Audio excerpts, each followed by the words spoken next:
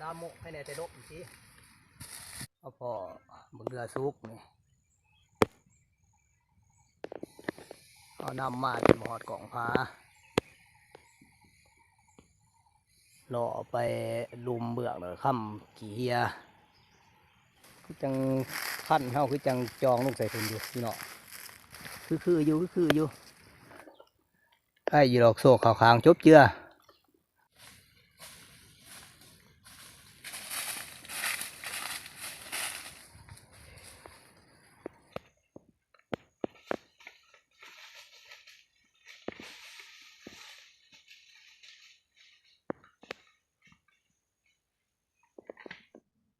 สบายดีพี่ๆน้องๆทุกคน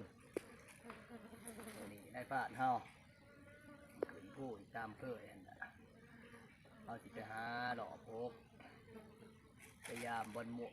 บ่วงหมิ่นเฮาอยู่เถิงนั่นเฮาห่างไว้ใส่บนทางมันเขาทำเฮาห่างไว้ลังหนึ่งอย่าว่าเฮาพยายามเฮาก็จะสิรอตามผ่านไปโพกเลยนี่เฮาไปซ้องในพานกับในพานหน่อยเฮาผู้หนึ่งจะมาดูดน้ำกันพี่ๆน้องๆเฮาว่าสิเป็นไปจังไดมาจังไดว่าเฮาสิสุขมานอยู่บ่มาดูดน้ำกันต่อ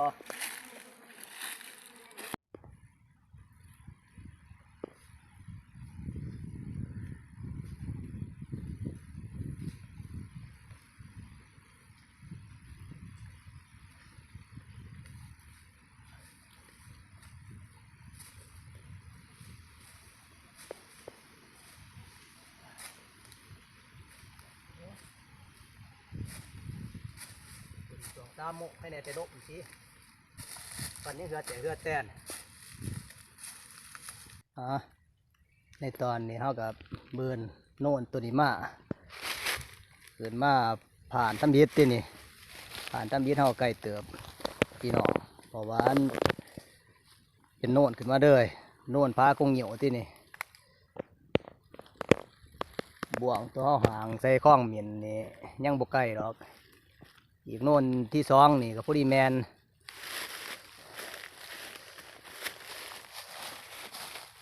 ตอนนี้ก็3 โมงกว่าละ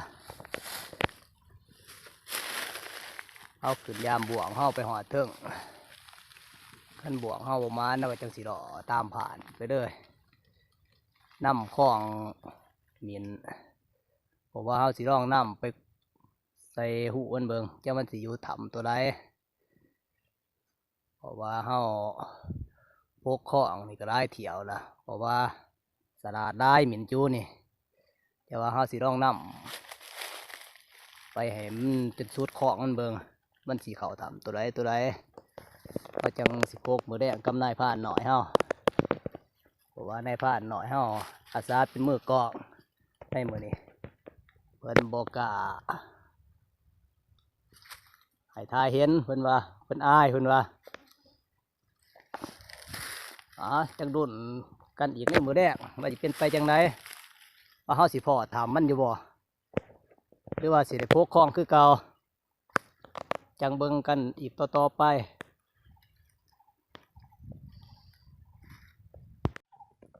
ในตอนนี้ทั้งในผ่านเฮาขึ้นมาหอดบนโน่นถึงบนเฮาห่างบ่วงใส่ข้องหมิ่นตอนนี้บ่วงเฮายังทันลันพี่น้องเพราะว่าหมิ่นคือจังบ่เห็นมาเที่ยวด้วยตอนเฮาห่างหมิ่นเที่ยวดีเป็นดีพี่น้องเป็นข้องว่า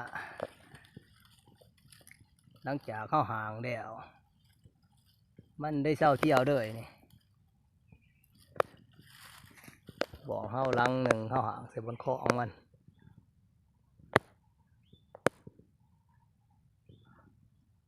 ตอนนี้เข้าสีดอกเมื่อทั้งปลาลงดิบนะเด้อเพราะว่าล่ำหวยตัวของค่อนเพิงเองวันพาอยู่วัดนั้นนี่ทำ3-4ถ่ำแต่ย้อนเขาสีดอกไปเบิงทั้งซ้ายหวยเพราะว่าบางส่วนพ้นนี่เขากับโบไหลไปจักเคือเบื้องนั้นจักแมนว่าฝนตกผู้พาอยู่ เต่งถามมันเบิดแต่ว่าจักสิยังคือเก่าจักบ่จะว่าเฮาสิรอไปเบิ่ง3 คำคันเฮาเพาะไข่ติเพาะใหม่ๆเขาไข่อยู่ดอกพี่น้องไว้พ่อสิได้พก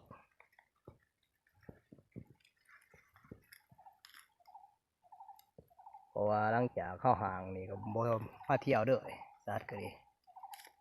คือว่าใหญ่เมื่อพุ่นบ่บนทั้งหน้าเฮาสิไปนี่บ่ฮะอยากไปส้มกันอยู่พุ่นอีกในตอนนี้เป็นเวลา3 โมงแล้วพี่น้องเฮายามบ่วงเลยเฮาก็ได้หล่อตามข้องผีนมาเฮานำข้องมันหล่อตามจ่ายมาเลยหมุนปลาหมุนดงน้ำคลองมันเฮาว่าสิพอถามเฮาว่าท่านพอถามมันเลยแต่เดี๋ยวนี้นี่3 โมงนะเฮานำมาจนบ่หอดกล่องพาคล้องมันยังไปด้วยเดี๋ยวนี้เฮาสินำไปหาบนทางน้ำคับนี่เวิงเอาพอบึงเรือซุกนี่เอากวดแถวสายดุมมามันสิเขามากินหอดบ่มีของมันประกายไปเลยแบบนี้มันโบแวต้นบึงเรือซะบึงเรือก็ล้นอยู่พี่น้องมันหักโบเห็นกินเอานำมาเป็นหอดกล่องพา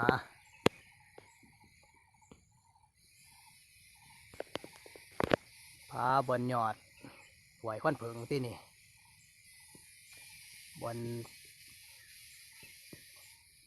ผาน้ำค่ำ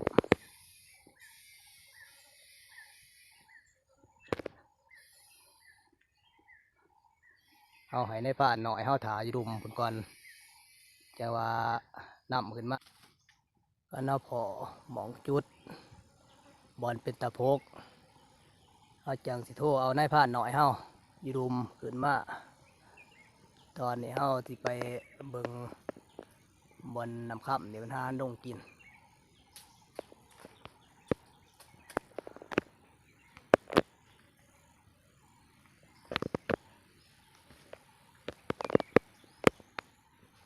อันก็โน่นบอลปลาไม่เหี้ยเบื้องคำนี้เงาะหล่อไปลุมเบื้องเลยคำขี้เหี้ยเพราะว่าเพิ่นใส่ซื้อนำข้ามมาตั้งแต่รุ่นผู้เฒ่าผู้แก่เพิ่นเอาว่าคำขี้เหี้ยแต่ว่าในพาดกับหูเหตุผลนำเพิ่นคือกันจังได้เพิ่นจังเอื่นว่าคำขี้เหี้ย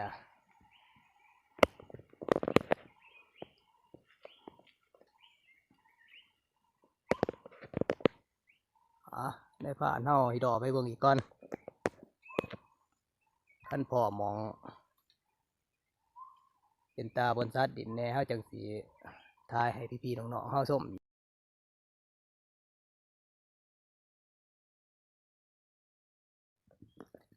ตอนนี้เป็นเวลา5 โมงแล้วพี่น้องตีในผ่านเฮาได้นำข้อมาหน่อใส่น้ำข้ามนี่แต่ข้องเก่าเฮาบ่เห็นของใหม่เฮาบ่เจอถังตอนนี้เฮาก็ลงมาเฮาสิหล่อลงพยายามบ่วงอยู่สวนเบิงบ่เฮาหางบ่วงไว้บนสวนหันบ่วงหาพวกหลังกันบ่ถือยังเฮาจังสิไปเบิงมาให้อยู่หันเฮาจังสิพกในมือแรกเฮาสิหล่อลงไปปลาลงนี้บนสวนหันละไปเบิงบ่วงท่วมตะเวนบนต้นโต๊กนี่จังไปรุดน้ำกันพี่ๆน้องๆเฮาตอนนี้เฮาลงมาหอดบ่วงนะพยายามมาหาฮุกหลัง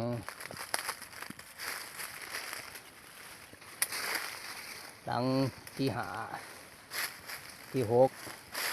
หลังสุดท้ายพี่น้อง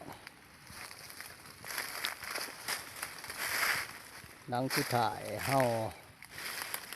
บนแถวไฟใหม่นี่ขางคอนคือจังขั้นเฮาคือจังจองลงใส่ถุงอยู่พี่น้องจังแม่นมีความบังนะว่าจักพี่น้องคืออยู่ แปลนอยู่ได้พี่น้องเฮ้าพี่น้องฟาดนะพอพี่ต้องไปใกล้ผ่านนี่พี่น้อง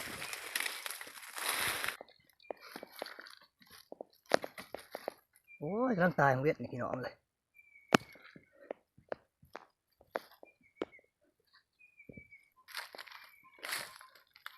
กันแน่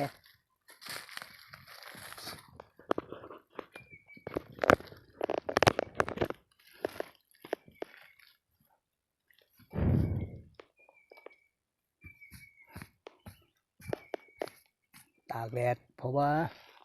โบมีห่มแถวนี่พี่น้องคือขึ้นนี่ที่แปดเบิดแถวนี่อายุในฝ่านแบลงมาจบเจือกันบ่เป็นมืออื่นโอ้ยคือว่าติยังสิบุมีโอกาสคักตีนี่ยังอ่อนๆหนึ่งพี่น้องเลย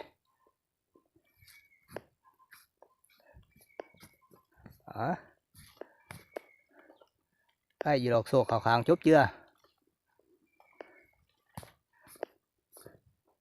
ดีละมามือแรกนี่เขายังมีความบังอยู่ให้ผ่านเขาบ่พอคล้องคือว่าสิเตี้ยวอะไรมือนี่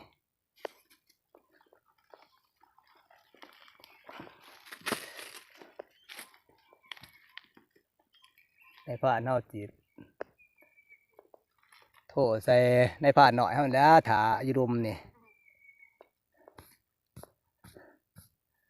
พอเพิ่นขึ้นมาหา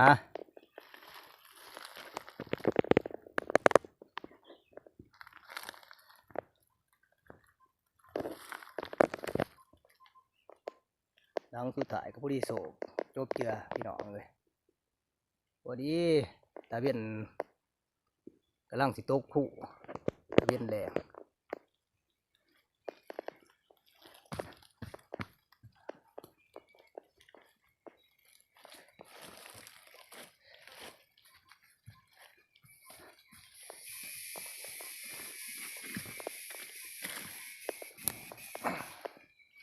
แม่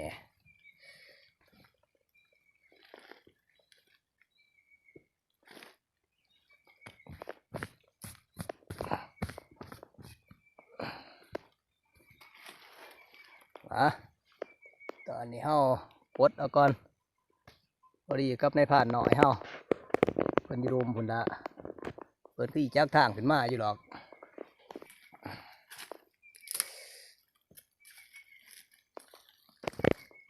ว่าตะล่ามนี่ก็มีกกตาวอยู่พี่น้องเลย2-3ต้นในผ่านเฮาว่าสิไปหางใส่อยู่บนกกตาวอันนี้ของปลาบนเดียวเห็นนั่นพี่น้องเพิ่นเดินผาตัวนั้นล่ำหวยเพิ่นเดินว่าคำขี้เฮีย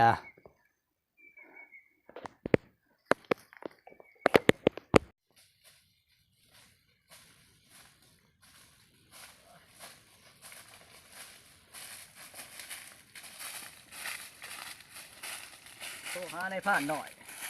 ที่มันบ่มีสัญญาณคือมันบ่ติดจะหอดเพิ่นออก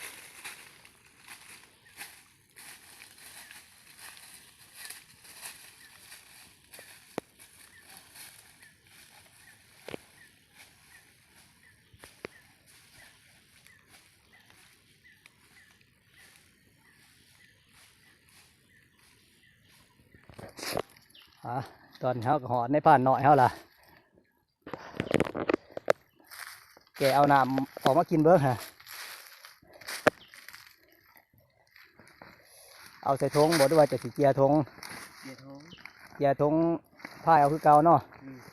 จ้ามหอดรถเฮาให้แน่ตั้งแต่ได้ผ่านเอารถไถมา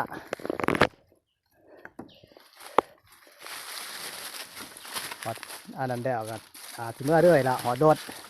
เพราะว่าหมดนี้คือสิบได้พกหรอกเวลาพุ่นซะเพราะว่าเขาก็หล่อหาข้องกับโบไม้เนี่ยว่าสิพก อันนี้หมักให้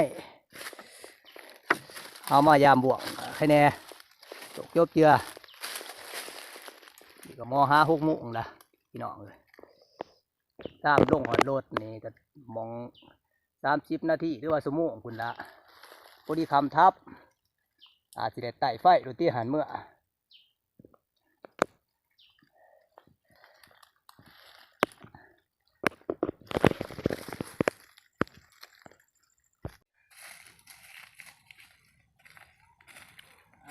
จะเกียนกันกับในผ้าหน่อยเท่าล่ะให้ผ้าหน่อยเท่าเอาแต่ผุนมาบัดนี้เอาจะเอาไปหารถนี่ยังบุกไก่ดอกประมาณ9 นาทีประหอด